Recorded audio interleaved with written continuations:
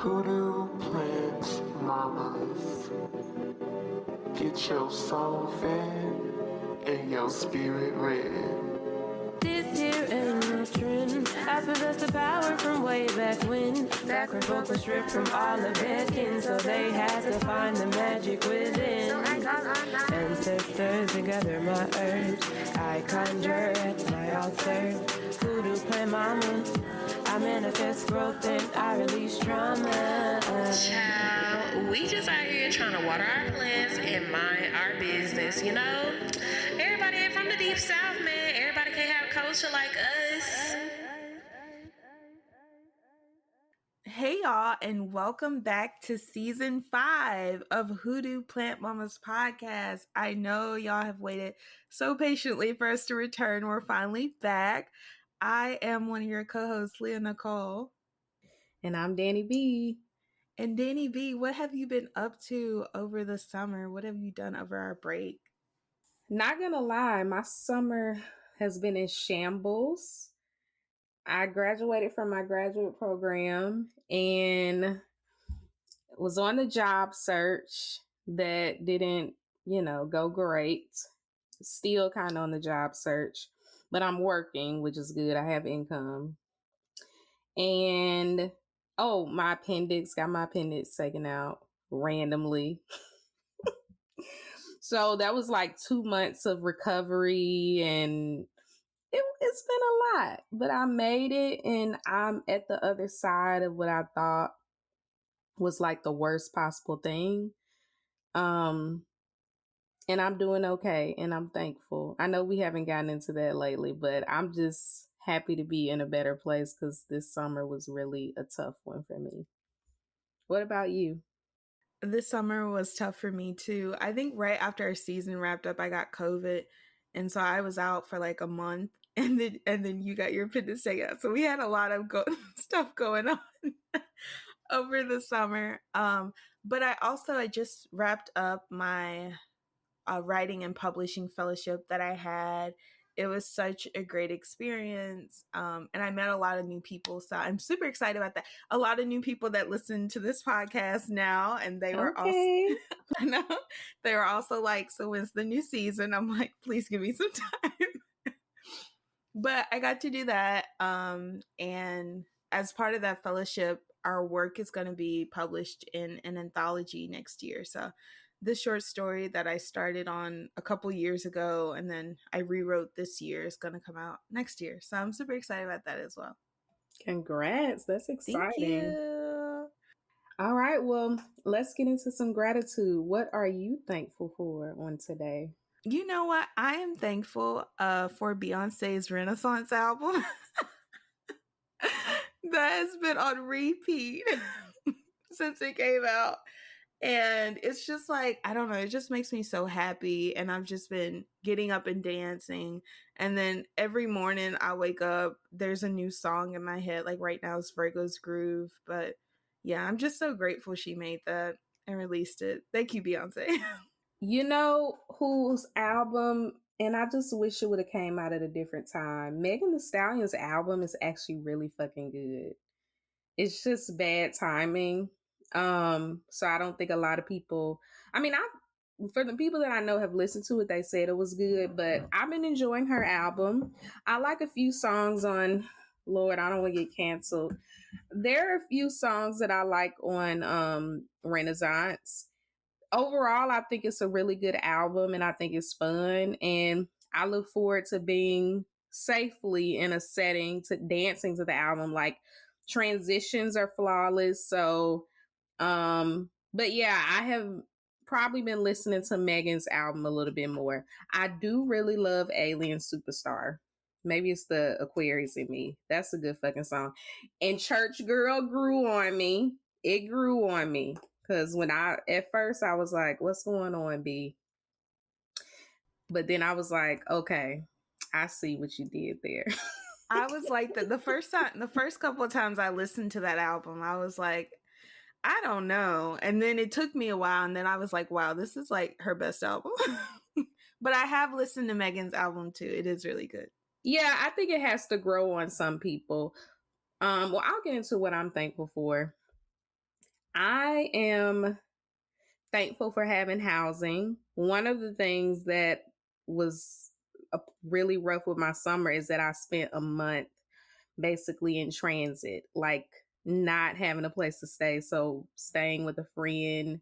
And that was really hard for me. Like when you're on the not so great side of it, you're thinking like I'm never going to get over this hump.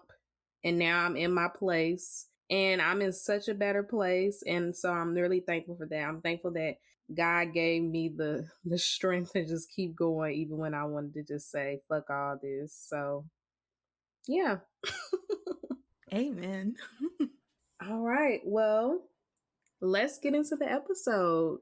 So, Dani actually sent me this article about capitalism ruining sex, and I thought it was just so interesting to me, but it also helped explain a lot of things that I feel, especially when Twitter gets in their discourse about like sex and relationships and romance and stuff. And I'm just like, but anyway, something that the author wrote is that it is clear that our version of late stage capitalism, shaped by rampant consumerism, each for him, herself neoliberalism, and a lingering anti sex puritanism, has limited and twisted our capacity for pleasure. It has done so in particularly by stripping away any possibility that does not adhere with the mandate of labor. And so I think she had 9 points. And one of them was that sex is work. And a lot of the reasons why we think this is because of our aversion to leisure and rest. And this is something that I've heard. It also ties into sex being transactional. But something I hear all the time when people talk about sex is like, here are the things you have to do in order for like sex to count. Like there has to be penetration, or there has to be an orgasm, there has to be something. And it really does take out a lot of the fun and a lot of the pleasure. But in the sex is work part, what she was talking about was like people don't have time off, and the people who do have time off don't take it, so sex tends to not be a priority for a lot of people. It just becomes another thing that they have to power through, and not something that you really get to stop and enjoy. I would agree with that. And what I love this article because a lot of what she said, I was able to like make observations or think about certain things that I've noticed in the discourse online or even in my own life. And so, yeah, I definitely think there's some correlation between our aversion to thinking that we deserve rest with thinking of sex as something that's laborious and not associated with pleasure.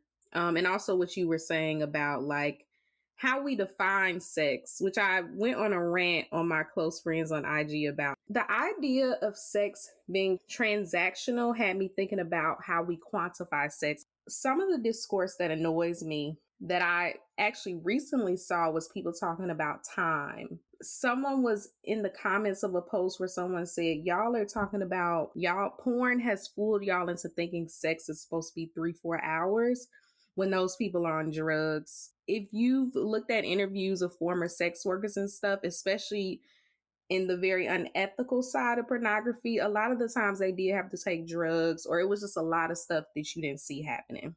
And someone was in the comments like, oh, y'all must be with people that don't like you if you think 2 hours is too long. Like, I need da da da da da. And a lot of this was in the context because this was actually a queer person. And then what appeared to be a cis het woman commented and said, like, I cannot be penetrated for 2 hours straight. That sounds like a lot. But I think what I found most annoying, and I did agree with the person that said that's too long, is that why are you quantifying sex and making it seem like not only is it that an attraction issue, but that like sex is supposed to take longer. People are supposed to last this long. And then the size thing, another quantifiable thing of like judging typically penis size. There's a lot that happens with vagina discourse, but I think there's a lot of emphasis on penis size that is just untrue. And I think that plays into this capitalism argument. I don't know if she gets into that, but I will say the transactional thing reminded me of numbers and just reminded me of the way people try to quantify sex into like XYZ has to be a thing in order for it to be good. If your dick is not this size, it's probably not going to be good. If you are only lasting 30 minutes, then they must not like you and it must not be good. I just thought about both Nicole Byers and London Hughes have comedy specials on Netflix, and both of them were talking about how dicks can surprise you. Because one, you can have a small dick and know how to use it, or you can have a big one and not know how to use it. And so that's what that's what I was just thinking about. This is what I've been trying to tell people. I'm not going to put too much of my business on this, but I've been trying to explain to people that size, it can really surprise you in a worse way too. You thinking that like, oh, and then it's like, oh no. Okay, that's all I'm gonna say. Something else that the writer pointed out was we as a society tend to talk a lot about sex, but we tend to not have a lot of sex. And I think that's something we see a lot in the news about how millennials aren't having sex, Gen Z aren't having sex, we aren't having babies, we aren't doing the things. Like another one of her points is like we aren't resting, we don't really have time to have sex, and it's seen as a lot of work. But also another thing is like sex is everywhere, and I think in a lot of ways sex has become a placeholder for the erotic. I saw this video of I forgot which movie it was, but it was back in the 80s, and it was these two people who were being very erotic towards each other. And I don't think there was a lot of sex scenes, but it was a very sexy scene, even though that there was no sex in it. And I notice in media a lot of times all we see is sex, sex, sex, sex, sex. And this came up in romance writing as well. There were a lot of romance writers who were upset that romance tends to be seen as like you put 2 tropes and 3 sex scenes and you're done. And people use sex as a placeholder for story instead of building a story, building the erotic between 2 or more characters that may eventually lead to sex. But a lot of times it's just like, let's just throw sex in there so we don't have to build this story. And I think that translates to our real life too. We're always like, let's just have sex so we don't actually have to connect with each other. And again, I think this goes back to how people view relationships. They're like, get sex out of the way so you know whether or not you're compatible, without thinking like it takes time to learn what a new person likes and wants. But no, it's just like sex is, I don't want to say it's a top priority, but it is seen as something that holds a lot of value in relationships. Yes. And I think this is also in conversation with like some of the, let me preface this with, I am like pro ho, pro having all the sex you want, no strings attached, whatever you want to do. But the conversation of like the toxic sex positivity, I think all types of toxic fat positivity or body's positivity, all of it can be toxic because it puts a lot of pressure on people. Knowing people that are asexual and just like the way there's so much emphasis on certain types of sex or sex in general, and then people treating you like you're a prude or something is wrong with you because you don't really fucking care about that, or that you're romantically attracted to someone but not sexually, and people can't wrap their mind around that, which I think we're going to get into later about friendships. This is why we have so much misinformation about sex and people, what I was saying early, quantifying, because a lot of y'all are not actually having it. And when you are having it, it's all about like the end goal. There's no real pleasure. There's just like the performance of it. Or, yeah, I think a lot of people lie. I think we grow up as teenagers. If you started having sex early, I think we idealized it when it wasn't that great for some of us. I can only speak for myself, but from talking to other people, once you get to a certain age, you realize that we were all faking it and we were all lying to each other, that it wasn't that great. Because if you were having sex with men, especially the ones your age, even if they weren't your age, they don't really care about your pleasure. They don't care. So yeah, I do think like that obsession can be toxic because it makes people feel like they have to be into this, or they have to know how to do this, or they have to talk about sex in this way. And I think a lot of people just aren't being honest. I'm gonna agree with that because I remember I was at a bachelorette party a couple years ago, and everyone there was like, yeah, every time I have sex I orgasm, and these are all women having sex with men, and they're like, every time it's pleasurable, and I'm like, is it? I'm sorry, I've never lied about whether or not I've orgasmed or whether or not something was good. So I am just like, are y'all sure? It's okay. My thing is with cis het women who talk like that, it's okay if you didn't have an orgasm. Sometimes it's just pleasurable. I think sex can be pleasurable without you reaching the big like, oh, you know? I think people can't fathom that. And also, like, the research tells us that if it was 10 women in that room, at least half of y'all were lying. Because the research has already shown that, first of all, it's really hard for people with vaginas, a lot of people with vaginas, to have an orgasm, especially through intercourse. That's not everybody, but I'm saying like it is really hard. And I think like it's okay to say like I enjoy having sex with my partner and I also don't always have an orgasm. But again, the performativeness is all about like not only making yourself look good, but making your partner look good when there's nothing inherently wrong with you or your partner. But again, capitalism. Yes. Something else that I remember was I was listening to Nicole Byer's podcast, Why Won't You Date Me? And in it, she was talking about how she hasn't had sex. This was a couple years ago, but it was like during the entire pandemic, she had not had sex up until that point. She was like, all I've been doing is masturbating. And the co-host was, or not the co-host, the guest was like, oh, so you've had good sex all the time. And she's like, no. But that was really eye-opening for me because I'm like, oh, okay, because I think everyone thinks every time you engage in some kind of sexual contact, it's always going to be good every single time. And if it's not, then something's wrong. And if you can't even please yourself 100% of the time, why do you expect someone else to do it? Yeah, sometimes you just can't. I will say my record with myself is like 95% versus I'm not going to give the percentage with other people. But still, sometimes it's like I'm trying, it's like, you know what? My body isn't doing it for me today. I'm going to just go to sleep. Or I'm going to just go back to what I was doing because, you know, sometimes you have that middle of the day feeling.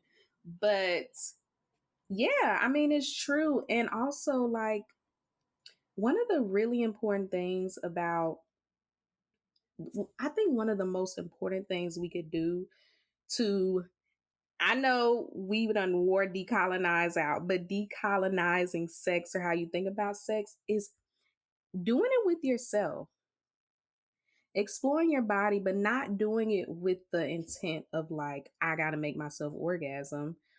Treat your body how you would want somebody to treat you, like intimately. One of the things I've heard this from several, I follow a lot of like sex educators, sex therapists. I read about this stuff. And because I have so much I need to work through with sex and my body and intimacy. And one of the practices that a lot of them have recommended, even people that are partner, because they say when you're partner, sometimes you forget that you should be having time for yourself with yourself, is that getting to know your body, touching yourself without it solely having to be about going to that spot that gets you off or whatever. Because it can help you when you're actually with other people because you learn like what you want. You also become more confident in communicating, and more confident in like, this is what I want done to my body, XYZ. So yeah. So there were a couple of things from the article I wanted to discuss after my reading. So I'll say that, like I said earlier, I agree with much of the article, and I see how capitalism has infiltrated how we think about and approach sex. And I think we essentially just talked about this. The quote where she says, "We are a culture of internet sex and quick masturbation rather than one of powerful and slow sexual creativity." And I think that goes with what I was saying about getting to know your body, not going to like, I'm just going to do this real quick to get off, because I'm gonna speak for myself. A lot of the time, it doesn't, like, I don't leave that situation with myself feeling fully satisfied. There's still something missing because it was just like boom, boom, bam. Like, I wouldn't want that to happen with another person. So why am I doing it with myself, essentially? But I think that's just the culture of like, get the orgasm. That's it. I also agree with that, like, idea of the transactional, like, I'm gonna get mine, you're gonna get yours, and there's not a lot of reciprocation going on.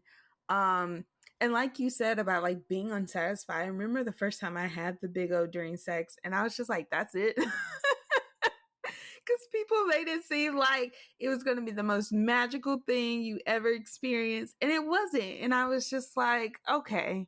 And it also didn't leave room for the fact that sometimes I had more pleasurable sex when there wasn't an orgasm. I also want to add, we're going to have a sex therapist come on to talk about this. I also want to add, I think orgasms can be experienced in different ways. Sometimes you can have a full body one, sometimes you can have a more targeted one. I have had a full body one, not with another person, that I can definitively say, like, wow, maybe life is worth living. But that hasn't happened often. Like, I feel like it's only happened once or twice. But so again, it's not every time like, oh wow, my whole, you know what I mean? And also, like I said, never with another person. But I think it can look different. But like you said, sometimes I don't fucking care. Like, I like the feeling of being touched. My brain is doing a lot up here. My brain, whatever the pleasure hormones that are happening, just from the touch, everything is going crazy up there. Just saying. So it's not always about that. Now, there was a point in the article, and I acknowledge I am human, and this could be some projection, and I'm going to still say it. I was uncomfortable with, so under the section about insistence that sex is dirty, I feel like she was conflating people's personal kinks with some underlying societal issue. So I'll start with this quote. "Dirtiness also informs how people formulate sexual fantasies, both during partnered sex and during masturbation. Women learn to fantasize about and eroticize their lack of agency and power, example being done to rather than doing things to others." I think my issue with this is that women and femmes can exist on both sides of the spectrum as far as wanting to dominate or be dominated. And that includes humiliation kinks, because she also mentions things about that. And it kind of read like, oh, women are basically internalizing this kind of like sexual domination that we are socialized to think that if you are ID'd as a woman, assigned female at birth or whatever, that a man is supposed to dominate you. And I don't know if it's fair to say that we're eroticizing it, especially because I've listened to interviews and like survivors of sexual violence discuss how consensually engaging in certain types of kinks that includes being a submissive, being a sub, has been a source of healing for them, being flogged or all this kind of stuff. So I don't think it's black and white. So I don't know if is it a societal thing? I don't think that's fair to say. There's too many like, what are they called? Dominatrix. There's too many female doms for you to be saying that like our sexual fantasies are like, if we have a certain fantasy, like women can't the desire to be a submissive, like women can't like humiliation kinks, women can't like being slapped during sex. Like, I just don't think that's fair. Some people just like that. Like some people, it's really just a kink. and they've had a completely healthy up, like nothing bad has happened to them. They just fucking like it. I can see where the author is coming from, but I do agree with you. I don't think it's for everybody, because I know women that want to peg and that like to peg men. So I think it's a generalization. And yeah, I don't think it's true for everybody. So she also gets into this discussion of dominance and submission dynamics. She says capitalism insists that power imbalances must infuse erotic thought and experience, which kind of goes into that thing about us eroticizing lack of agency. Another quote says capitalism normalizes dominance as submission, control of labor and time, and fundamental inequalities among and between people and workers. U.S. capitalism in particular requires working constantly to the point of exhaustion. This framework goes against mutuality, shared decision making, connectivity, and pleasure between partners. Now, I really loved that paragraph because I immediately thought of like consent. Consent, when it comes to like the power imbalance of sex, consent is at the center of it. And people want there to be so much gray area and flexibility with consent when men have literally been conditioned to believe that women owe them sex, and many of us groomed to believe that we have to surrender to their sexual advances. And this starts in childhood. You know what I mean? And so this is why so many cis men, cishet men in particularly, think that they're a victim now in this day and age when it comes to like the Me Too movement and conversations about consent and people getting called out on their inappropriate sexual behavior, because they've been moving through the world constantly violating people and getting away with it, constantly doing things to make other people uncomfortable. Not just women, but mostly women, because men violate each other all the time. There's a direct conflict, I think, between capitalism and consent. It can't exist in a healthy way within capitalism. And that's why we're here. And that's why it seems like there's a witch hunt, because people are becoming more confident in naming the things that have been happening to them, the things that are happening to them. And a bunch of men are freaking out because they feel like, why now? Yeah, I definitely agree with you that we can't have consent under capitalism, because capitalism has wired us to view ourselves as property and to view each other as property. So we just see each other as things to do things with, but we don't view each other as like experiences, you know? Yeah, and I think it dominates a lot of the way that we see how we react to each other. And I keep going back to relationships because I get so frustrated when people are like, you got to get X, Y, and Z. And if you can't get X, Y, and Z, then that relationship is bad. And I'm like, this is a person living in the same fucked up world that we are living in. Like, give people grace.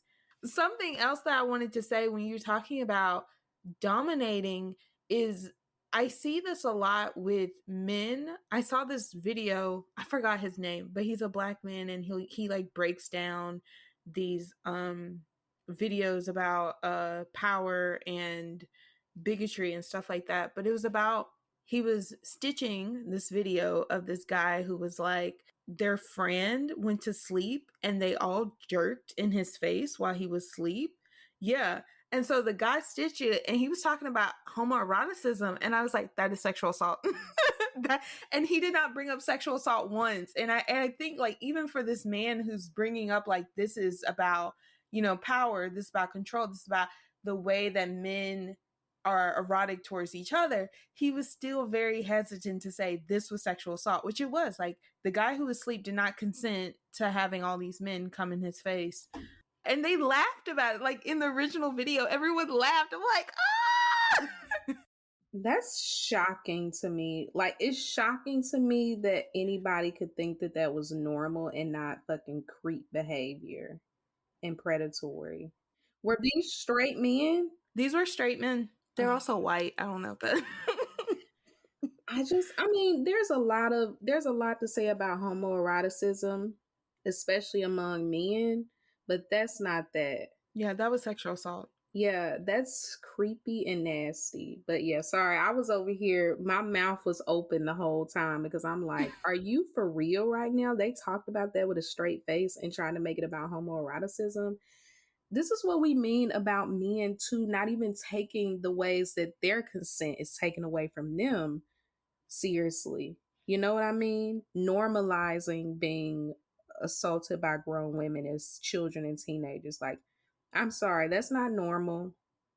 Miss Miss Parker needs to be in prison. I know she's fine or whatever. She's a predator. She's a pedophile, and y'all need to stop trying to make it seem like it's different when it's a woman and a boy, because it's not. It's not. And it breaks my heart because, like, these are like 11, 12, 14, and they're being preyed on by like 30-year-olds. I'm like, Sometimes what? younger. Sometimes younger. I will never forget. I'm not going to go into too much detail because I'm not trying to put anybody business out there, but a group, it was all women and maybe one or two guys. And one of the guys talked about his first sexual experience, how old he was and how old the woman was. And every woman at the table, open mouth gasped. And he said it so casually. And I honestly think we probably embarrassed him by how we reacted. But like, beloved, that is so violent. Like, we were so concerned. Mind you, we are out drinking, having a good time. And we're talking about sex or whatever. And he said that, and we were just like, oh my gosh. I still think about that because I still think about that because it's upsetting at how common it is.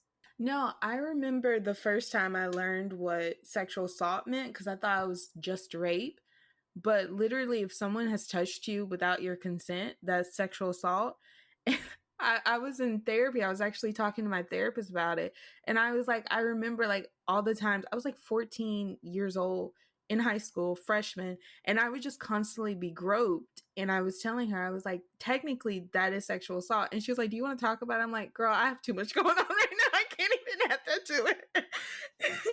But if I have to come to terms with the fact that that is sexual assault, then it was boys and girls. Like, all of these people who touched me without consent have to come to terms with the fact that they committed assault. And I think it's just a lot for people to try to reckon with. Yeah, my first time where boys started non-consensually groping me was like fourth grade. And sometimes it would be like having to walk. You know how the desks are in rows, having to walk down the row and they just like one by one. And one time, anyway, I don't have to go into detail, but because see, it's shocking. But you just get used to it. You grow up being used to the fact that boys are going to like violate you starting at 9 years old. And I was also more developed than other girls. So obviously that didn't help. But yeah, this is why I don't be having time to argue with men about women lying. Like, I've been going through this since I was literally a child. I've been going through this shit since before puberty. So I'm not going to argue with you. I'm just going to block you and also put you on my own special victims unit list. It's a lot of people on that list because as soon as you start trying to act like women lying or playing devil's advocate about children being harmed, you on my list. One of the most troubling statistics I came across was in The Body Keeps the Score, and it says 60% of all rape victims are girls 15 and under. Remember in the book where he talked about how there were psychiatrists trying to normalize incest and say that it was actually not that bad, that it wasn't doing damage? Yes. I'm like, the predators were working overtime. Like, they were trying to put this on the books to make sure. So yeah, so I was interested in that conversation of like power dynamics within capitalism and how it impacts sex and erotic thought. But I also think we can acknowledge that what people derive pleasure from, specifically in the conversation about women eroticizing their oppression, essentially, and their lack of agency, I don't think it's black and white. And I think we can acknowledge that for some women, for some people of all genders, they might be doing that. But for some people, they just like what they like. Okay? They want to turn up.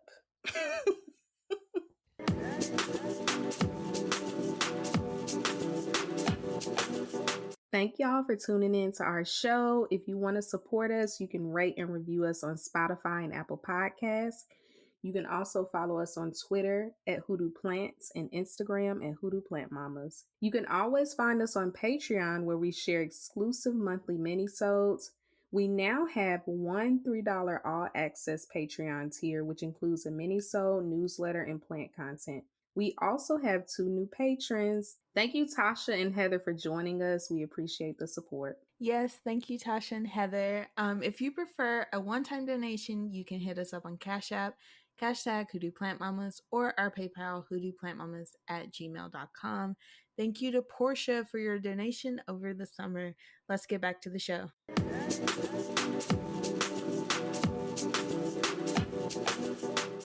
The next section, and I may be misinterpreting this, but I do want to talk about what it reminded me of. So the section where she talks about sex work without sex workers. Before we get into it, how did you interpret that section? Like, what did you think about when you read that?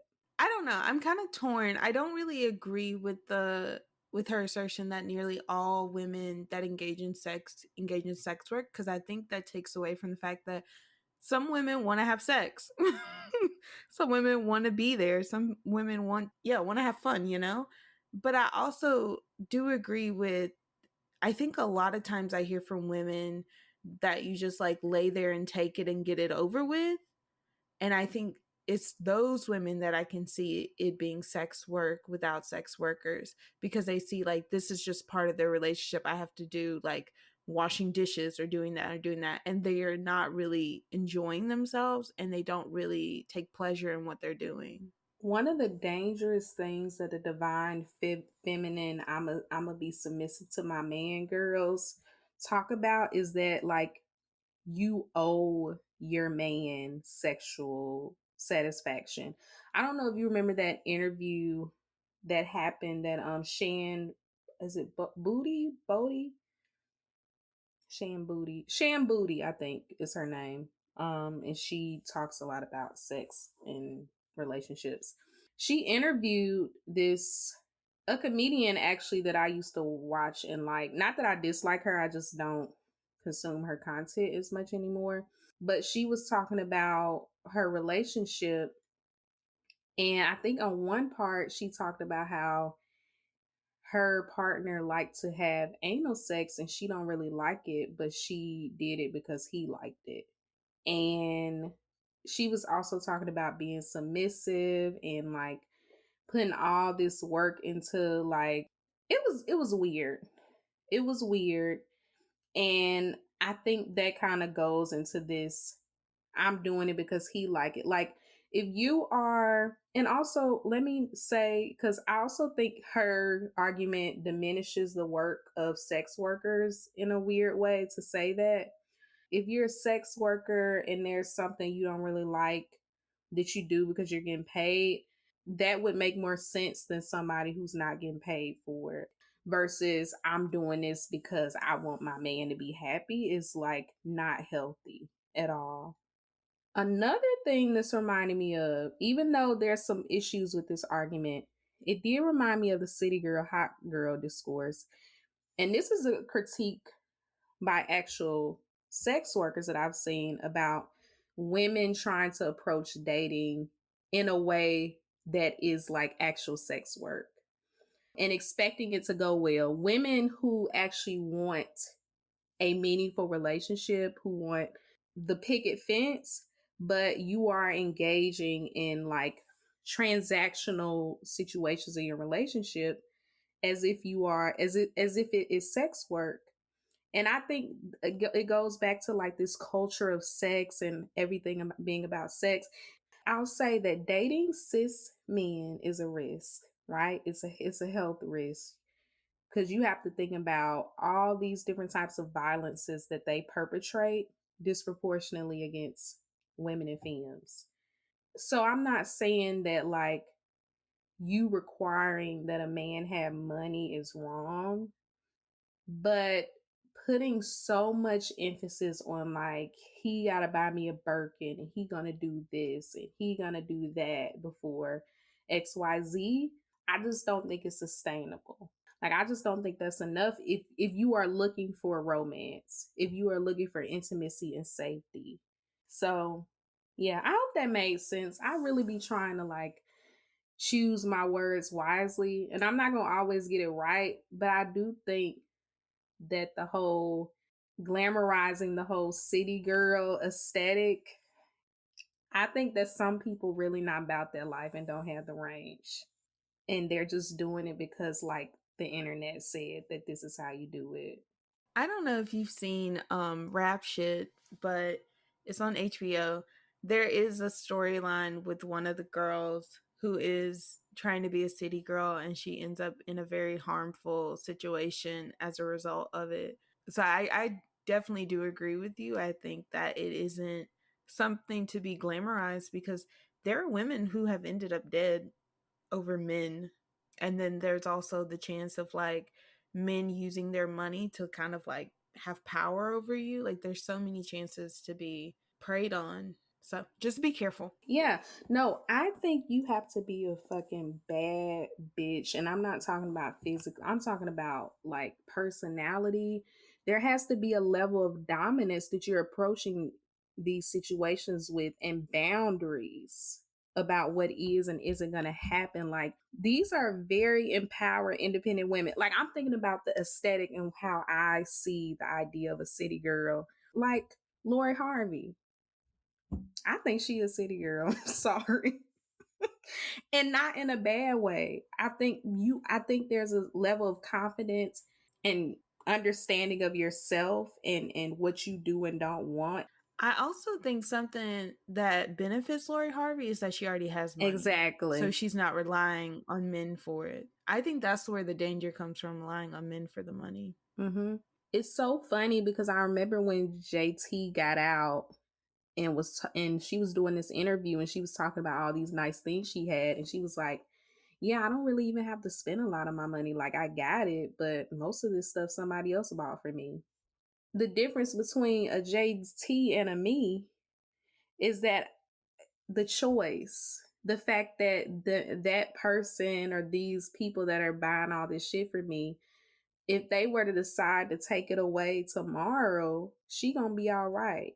That's the difference in like being able to take care of yourself if you have to versus like solely depending on somebody providing that lifestyle for you. The final section of this article, which I thought was interesting and wanted to discuss, were these questions that she left us with that I really liked. I didn't do all of them. I just pulled the ones that I thought were interesting. Not that the other ones don't matter, but yeah.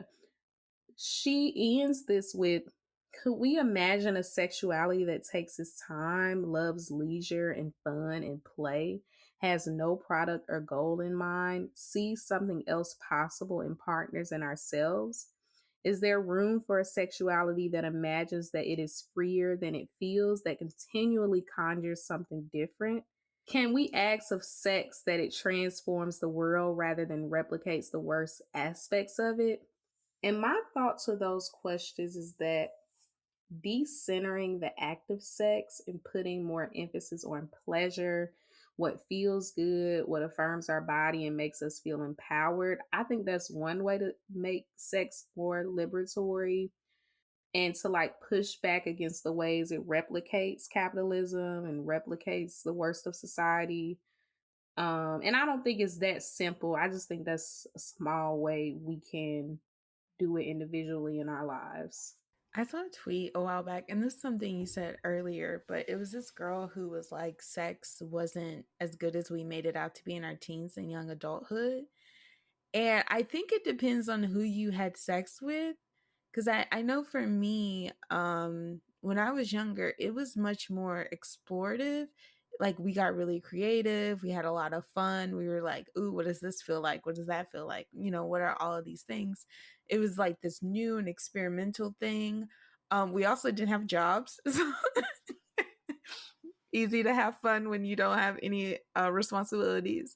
But I do think that like all of these things can be possible again if we approach sex in a way that is playful, in a way that is fun, and not in a way that centers like, I'm gonna get mine and I gotta do this, and this, and blah blah blah. But just be like, let's see what we can do today, you know? So I agree with what you said on one side of the spectrum. So I will say, which is what I was gonna say earlier, was that my queer sexual experiences were like what you're describing, exploratory. Like I can't think of like a bad negative experience as a teenager, preteen. It was when I became an older teen and was mostly dealing with boys and men. This gonna be in the memoir. A lot of the shift to like heterosexuality was very compulsory for me and it kind of started at high school because all of my friends were starting to have sex and it was like, what you waiting for? I was like the last one in the group. and and if I were to say the age and I was the last one, people would be like, you was the last one at that age? Yeah. Mm-hmm. So yeah, it wasn't as a young adult, particularly for cis girls having sex with cis boys, it was not as good as we made it out. As a lot of people made it out to be. I don't remember myself ever like lying about it. I would talk about it, but I would mostly listen to my friends and wonder what I was doing wrong. Like I would think that something was wrong with me. Like a lot of us need to talk more about this so younger women cannot think that some younger girls cannot think that something is wrong with them, and also how they can get more agency in demanding that they get the pleasure that they are entitled to and that they deserve.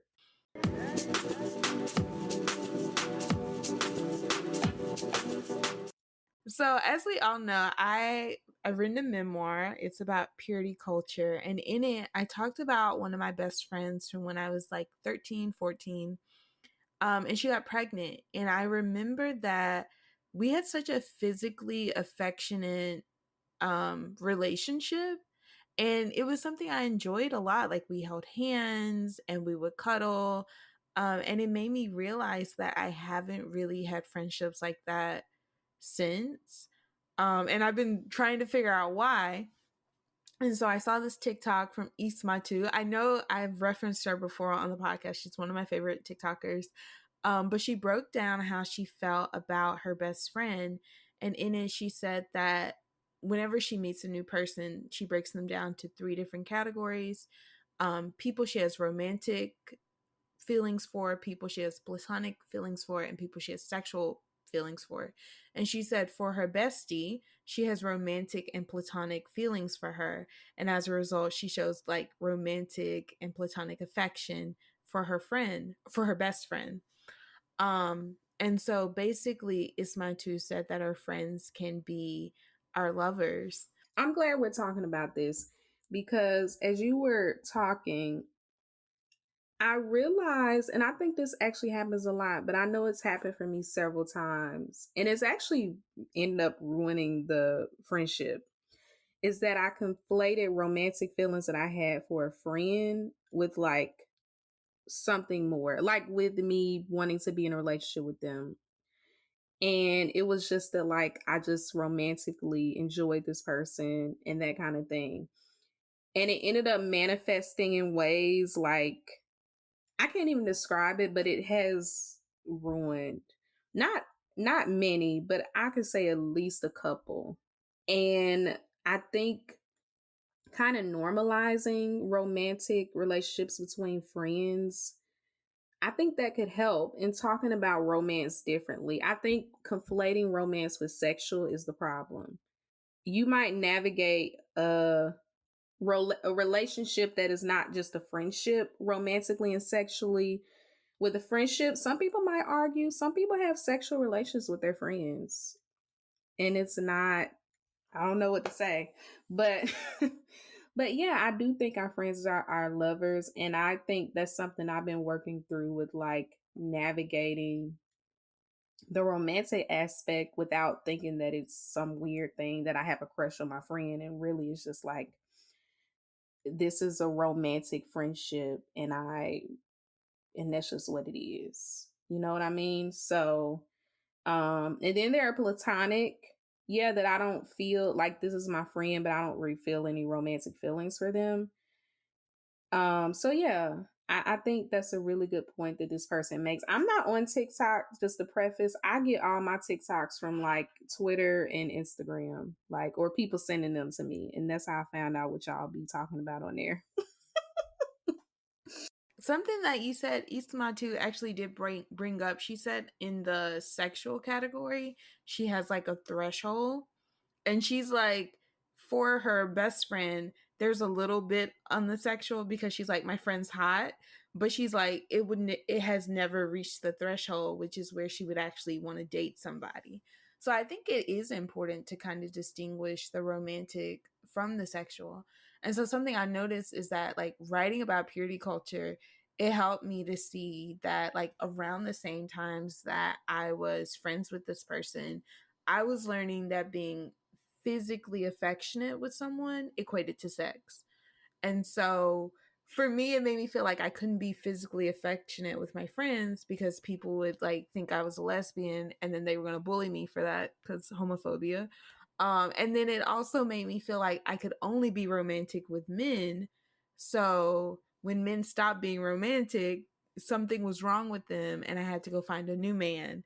And so it kind of made me view men as like only good for this one thing. Like in the same ways that they were viewing me as only good for something, I was viewing them as only being good for something.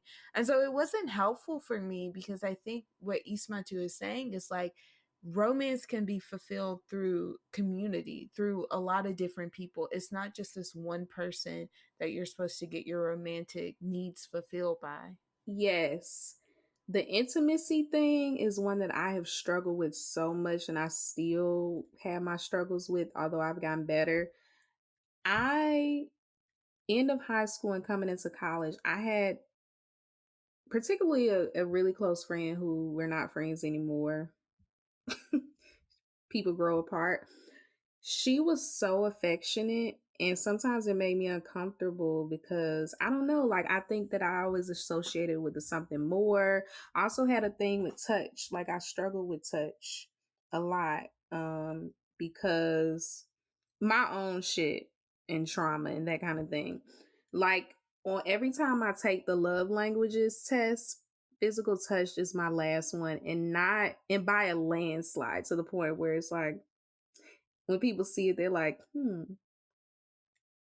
maybe we need to unpack that. Like 2%. Like 2% versus everything else kind of balanced out. And I think it's because what I found is that someone can touch you and still not mean you well, can touch you and still not really love you, can touch you and also hurt you.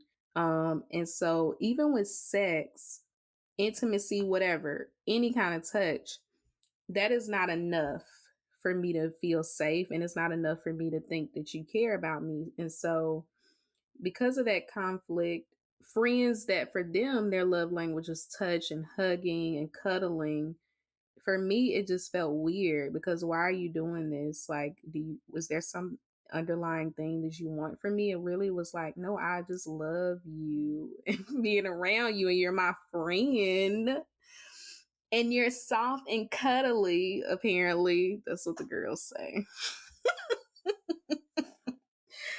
And it took me a while. I had to really get used to that. And so I've definitely grown, but I still have my moments, you know? And I also still have my moments where I struggle with the romantic thing and having to say, like, you do not want to have sex with this person, girl. It's not that. Let's talk, let's unpack. Because I start feeling those romantic feelings and immediately think like, and sometimes maybe it is that. Maybe you're sexually attracted to a friend, but you don't really want to have sex with them. You know what I mean? I think it can blur. I think friendships can blur. I think friendships can be queer. And that's just what it is. And I think those are the best friendships, TBH. As long as you're not getting messy and taking shit too far, which can happen. So I do want to say, like, when I was getting into college, I did have friends who had, like you, they had some hangups around physical touch. So it made me like super aware of it because I was a huge hugger. I always wanted to hug people, always wanted to lay under them. I'm still like that. Physical touch is my top love language. But I've gotten super insecure around physical touch, partially because people equate it to sex, and then also because like I have friends who don't like to be touched, and so I'm like trying to respect their boundaries, but then I'm also like, what do I do to tell them that I like them and they're my friend? Like, and I've really struggled with that. So now I'm not comfortable being physically affectionate with my friends anymore. And it is a lot of stuff that I'm still having to work through. But I was glad that she brought this down because it was like I do have romantic feelings for my friends. One of the best dates I ever been on was with my friends actually. we One of our friends was like, there's gonna be a like shooting stars in the sky. And so we all got our like pillows and blankets and we went up to the observatory at like midnight and we slept under the stars and we all cuddled in the blankets together, and it was like the best thing in the world. And I was like, I can't do that with anyone else. I fucking love friend dates. Like, they're so sweet and sometimes really romantic. And then you're thinking, like, why can't someone I have a crush on do this for me? Not that I don't appreciate my friends. I love it. It makes me feel so special. Can we talk about that PWI that we went to? And I don't know if you noticed this, but most of the Black people were really affectionate. Like, I still think about how, why don't we go into the cafeteria? I see y'all every day. Like, why I gotta go down the whole table and hug everybody, especially the men? Like, are y'all okay? And then they get offended.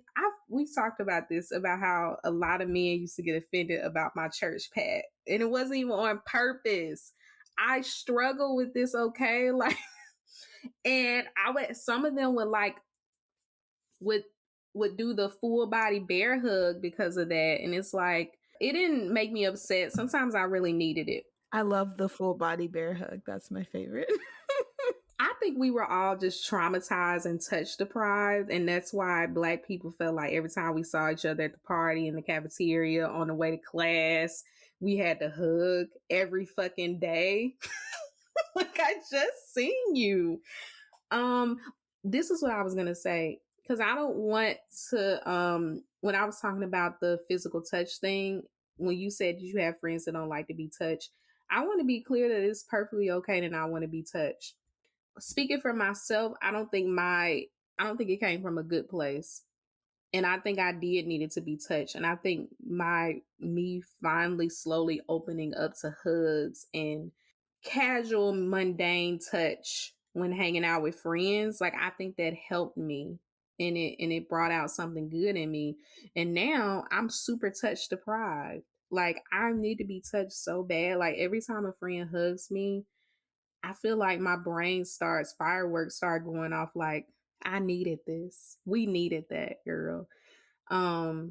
So yeah, I think that it helped me learn that it's okay, and that some people touch you not to harm you or to try to trick you or that kind of thing. Some people touch you because they love you, and touch can be love, touch can be special, and touch doesn't always have to be sexual. So, but I want to say, for the girlies, it's just like, don't want to be touched, like, it's okay. I'm not saying something is wrong with you, but something was wrong with me. I do want to add, my husband actually has sensory processing issues. So he is touch avoidant. He doesn't like to be touched. He said it's like his skin is crawling when people touch him. So yeah, there's nothing wrong with not wanting to be touched. I, on the other hand, also have sensory processing issues, and I am a touch seeker, and I love being touched. And this has been very hard for me to be in the pandemic, to not hold people, to not rub on people. I used to get massages. It does help a lot with me. But now with monkeypox, I'm like, girl, I don't want nobody touching me. But I need to be touched. And it's like the struggle I have all the time. I need to be touched, but I also don't want to get sick. Nah, I feel that. Well, yeah, I love this conversation. Did you have any final thoughts before we wrap up about anything we talked about today? I have nothing else. We talked a lot, but We did. I just want to say that I'm so happy to be back. I've said this plenty of times before, but I really have enjoyed and grown so much through this podcast. And it's been just such a fun thing. And we've built so much community around it. Like we met so many different people through the podcast and also just finding out our reach. Like so many people in so many random places outside of Mississippi being like they found the podcast and it feels like home because maybe they have family from Mississippi or from the South. And so I'm happy to be back chatting. And I look forward to this. I look forward to this season progressing and all that we have to come. So thanks for coming back and hanging out with us. We love y'all. I'm gonna speak for myself. I know Leah does, so I'm gonna speak for myself. I love. We love y'all and appreciate y'all, and we thank y'all for rocking with us. So yeah, if you like this episode, you can like, rate, and review Hoodoo Plant Mamas on Spotify and Apple Podcasts. If anything from the show resonated with you, make sure to share with us on social media. Again, you can find us on Twitter at Hoodoo Plants and Instagram at Hoodoo Plant Mamas. So I wanted to share this message that we got from DJ who said, "Hello, I'm 26 and recently started listening to your podcast. And even though I'm from Detroit, not Mississippi, which is perfectly fine, I felt home. Thank you for opening up a platform for people like me who don't have access to education about ancestral culture, religion, practices. I've always felt disconnected and finally feel like I'm headed somewhere, and I've constantly been told about my energy and intuition, as well as joke about being psychic and all types of stuff from seeing silhouette like spirits as a child. Anyway, y'all, universal blessings. Thank you so much." First of all, DJ, it's giving medium.